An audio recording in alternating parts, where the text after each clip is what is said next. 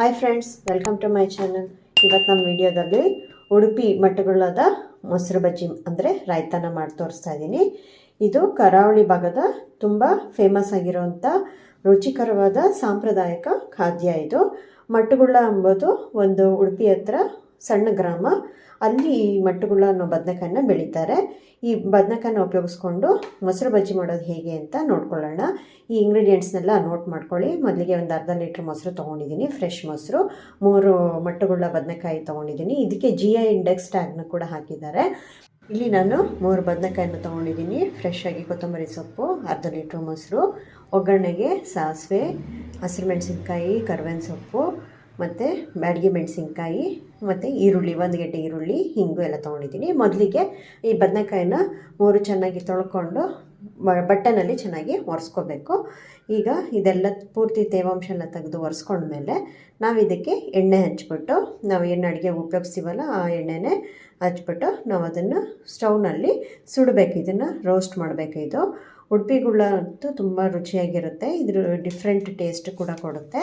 ಈಗ ನಾನು ಸ್ಟವ್ ಮೇಲೆ ಈ ಪಾಪಡ್ ರೋಸ್ಟರ್ ಬರುತ್ತಲ್ಲ ಅದನ್ನು ಇಟ್ಬಿಟ್ಟು ನಾನು ಒಂದೊಂದೇ ಬದನೆಕಾಯಿ 2 ಇಡಿಸಿದ್ರೆ 2 ಒಟ್ಟಿಗೆ ಸುಡ್ಬೋದು. ದಪ್ಪ ಇರೋದ್ರಿಂದ ನಾನು ಒಂದೊಂದೇ ಬದನೆಕಾಯಿನ 2 ನಿಮಿಷ ತಿರುಗಿಸ್ತಾ ಎಲ್ಲ ಕಡೆ ಸುಡ್ತೀನಿ. ಹೈ ಫ್ಲೇಮಲ್ಲೇ ಇಟ್ಕೊಂಡು ಸುಡ್ತಾ ಬರ್ಬೋದು, ಬೇಗ ಆಗುತ್ತೆ. ಎಲ್ಲ ಕಡೆನೂ ಚೆನ್ನಾಗಿ ಬೇಯಬೇಕದು.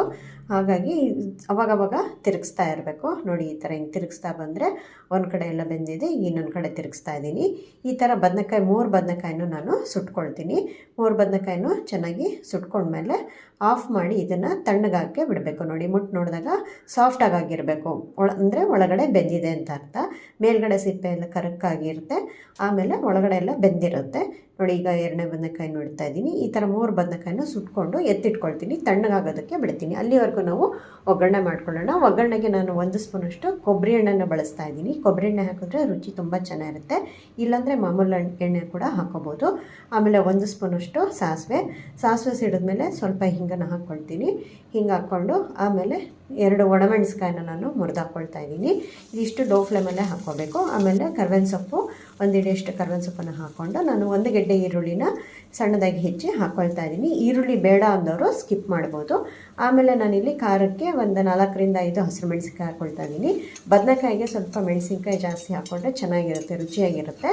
ಹಾಗಾಗಿ ಒಂದು 4ರಿಂದ 5 ಹಸಿರು ಮೆಣಸಿನ್ಕಾಯಿ ಸಣ್ಣಗೆ ಹೆಚ್ಚಿ ಹಾಕಿ ಕೈ ಆಡ್ಬಿಟ್ಟು ಸ್ವಲ್ಪ 1 ಚಿಟಿಕೆಯಷ್ಟು ಅರಿಶಿನ ಹಾಕ್ಕೊಳ್ತಾ ಇದ್ದೀನಿ. ಬದನೆಕಾಯಿಗೆ ಸ್ವಲ್ಪ ಅರಿಶಿನ ಹಾಕಿದ್ರೆ ಒಳ್ಳೆಯದು ಅಂತ ಹೇಳ್ತಾರೆ. ಹಾಗಾಗಿ ಈಗೆಲ್ಲ ಒಗ್ಗರಣೆ ಎಲ್ಲ ಚೆನ್ನಾಗಿ ಮಾಗಿದ್ಮೇಲೆ ಆಫ್ ಮಾಡಿಬಿಡ್ಬೇಕು.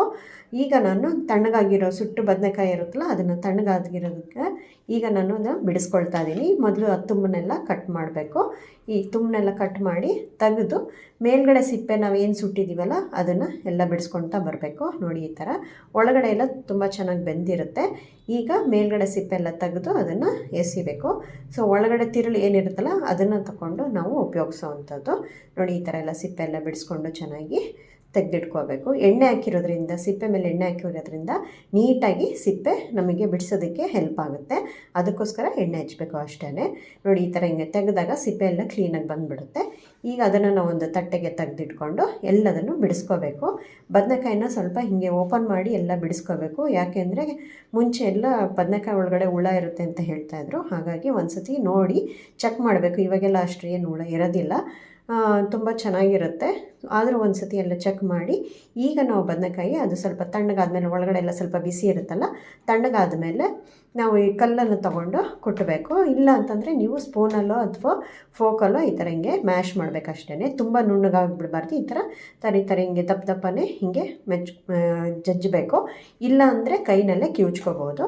ಈಗೆಲ್ಲ ಕಿವುಚಿ ಎಲ್ಲ ಆಗಿ ಒಂದು ಪ್ಲೇಟಿಂದ ಈಗ ನಾವು ಒಗ್ಗರಣೆ ಮಾಡಿದ್ದೀವಲ್ಲ, ಒಗ್ಗರಣೆ ತಣ್ಣಗಾದ್ಮೇಲೆ ನಾವು ಅದಕ್ಕೀಗ ಸೇರಿಸ್ಕೋಬೇಕು. ಬದನೆಕಾಯಿ ನಾವೇನು ಕಿವುಚ್ಕೊಂಡಿತ್ತಲ್ಲ ಅದನ್ನು ಮ್ಯಾಶ್ ಮಾಡಿರೋ ಬದನೆಕಾಯಿನ ಅದಕ್ಕೆ ಹಾಕಿ ಸೇರಿಸ್ಕೊಂಡು ಈಗ ರುಚಿಗೆ ತಕ್ಕಷ್ಟು ಉಪ್ಪನ್ನ ಹಾಕ್ಕೊಳ್ತಾ ಇದ್ದೀವಿ.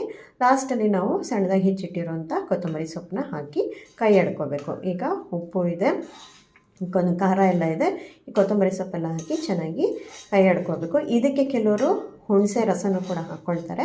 ಹುಣಸೆ ರಸ ಬೇಡ ಅಂತಂದವರು ಈಗ ನಾವು ಮಾಡ್ತಾ ಇರೋದಿಲ್ಲಿ ಮೊಸರು ಬಜ್ಜಿ, ಹಾಗಾಗಿ ನಾನು ಮೊಸರನ್ನ ಸೇರಿಸ್ಕೊಳ್ತಾ ಇದ್ದೀನಿ. ಫ್ರೆಶ್ ಆಗಿ ಒಂದು ಅರ್ಧ ಲೀಟ್ರ್ ಮೊಸರನ್ನ ನಾನು ಹಾಕ್ತಾಯಿದ್ದೀನಿ. ಈಗ ಫ್ರೆಶ್ ಮೊಸರನ್ನ ನಾನು ಚೆನ್ನಾಗಿ ಹೀಗೆ ಚೆನ್ನಾಗಿ ಕಡ್ಕೊಳ್ತೀನಿ. ಅಂದರೆ ಸ್ವಲ್ಪ ಅದೆಲ್ಲ ಗಟ್ಟಿ ಗಟ್ಟಿ ಇದ್ದರೆ ಅದು ಕ್ಲೀನಾಗಿ ಇದಾಗಿ ಬರಲಿ ಅಂತ ಅಂದ್ಬಿಟ್ಟು ಅಷ್ಟೇ. ಚೆನ್ನಾಗಿ ಗಟ್ಟಿ ಮೊಸರು ಹಾಕ್ಕೊಂಡ್ರೆ ಚೆನ್ನಾಗಿರುತ್ತೆ ಇದಕ್ಕೆ. ಈಗ ನಾನು ಅರ್ಧ ಲೀಟ್ರ್ ಮೊಸರು ಪೂರ್ತಿ ಉಪಯೋಗಿಸ್ಕೊಳ್ತಾ ಇದ್ದೀನಿ. ಹಾಕಿ ಚೆನ್ನಾಗಿ ಮಿಕ್ಸ್ ಮಾಡ್ಕೋಬೇಕು. ಇವಾಗ ಬೇಸಿಗೆ ಆಗಿರೋದ್ರಿಂದ ಬೇಳೆ ತರಕಾರಿ ಎಲ್ಲ ಹಾಕಿ ಸಾರು ಯಾರೋ ಅಷ್ಟು ಇಷ್ಟಪಡೋದಿಲ್ಲ. ಊಟ ತುಂಬ ಹಗುರವಾಗಿರೋದನ್ನು ಇಷ್ಟಪಡ್ತಾರೆ. ಹಾಗಾಗಿ ಮಧ್ಯಾಹ್ನ ಊಟಕ್ಕೆ ಸೈಡ್ ಡಿಶ್ಶಿಗಾದರೂ ಸರಿ, ಅನ್ನಕ್ಕಾದರೂ ಸರಿ ಇದು ತುಂಬ ಚೆನ್ನಾಗಿರುತ್ತೆ. ಬದನೆಕಾಯಿ ಮೊಸರು ಬಜ್ಜಿ ರುಚಿ ಅಂತೂ ತುಂಬಾ ಚೆನ್ನಾಗಿರುತ್ತೆ. ಆಮೇಲೆ ಇದು ವಿಶೇಷವಾಗಿರೋ ಬದನೆಕಾಯಿ ಇರೋದ್ರಿಂದ ಇದು ಬೀಜ ಕಮ್ಮಿ ಅಂತ ಹೇಳ್ತಾರೆ. ಪ್ಲಸ್ ಇದು ಕೈಯಲ್ಲಿ ಕಿವುಚಿದಾಗ ಮ್ಯಾಶ್ ಮಾಡಿದಾಗ ಚೆನ್ನಾಗಿ ಮಂದವಾಗಿ ಒಂಥರ ಚೆನ್ನಾಗಿ ಬ್ಲೆಂಡ್ ಆಗುತ್ತೆ. ಇದು ಮೊಸರು ಹಾಕಿದ್ರಂತೂ ಒಳ್ಳೆ ಕ್ರೀಮಿ ಟೆಕ್ಸ್ಚರ್ ಬರುತ್ತೆ. ಇದು ಒಂಥರ ರಿಚ್ಚಾಗಿ ಕ್ರೀಮಿಯಾಗಿ ಬರುವಂಥ ಮೊಸರು ಬಜ್ಜಿ ಇದು ತುಂಬಾ ಚೆನ್ನಾಗಿರುತ್ತೆ. ಮತ್ತು ಮೆಣಸಿನ್ಕಾಯಿ ಎಲ್ಲ ಹಾಕಿರೋದ್ರಿಂದ ರುಚಿ ತುಂಬ ಚೆನ್ನಾಗಿರುತ್ತೆ. ಈರುಳ್ಳಿ ಬೇಕಾದರೆ ಹಾಕೋಬೋದು, ಇಲ್ಲಾಂದರೆ ಸ್ಕಿಪ್ ಮಾಡ್ಕೋಬೋದು.